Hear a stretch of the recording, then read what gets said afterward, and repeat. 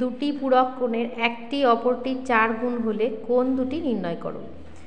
পূরক কোণ কাদের বলে? যখন দুটো কোণের সমষ্টি 90 ডিগ্রি হয় তখন তাদের বলা হয় পূরক কোণ। তো এখানে একটা পূরক কোণ যদি আমরা এক্স ধরে নিই, তাহলে অপর পূরক কোণটি হবে 4 গুণ অর্থাৎ 4x। ধরি একটি কোণ x ডিগ্রি, অতএব এর পূরক কোণ কত বলা আছে? 4 গুণ, তাহলে এর পূরক কোণ হবে 4x ডিগ্রি। এবার এই কোণ দুটোর সমষ্টি হবে 90 ডিগ্রি। পূরক কোণের সংজ্ঞাতেই তাই বলা আছে যে দুটো কোণের সমষ্টি 90 ডিগ্রি হলে তখন তারা একে অপরের পূরক কোণ। তাহলে আমার এক্স এর মান কত বেরোবে? 90/5, 5 18 90, তাহলে আমি এক্স এর মান পেলাম 18। তাহলে একটা কোণ হবে 18 ডিগ্রি, আরেকটা কোণ হবে 4 গুণন 18 ডিগ্রি অর্থাৎ 72 ডিগ্রি। দেখো যোগ করে কিন্তু 90 ডিগ্রি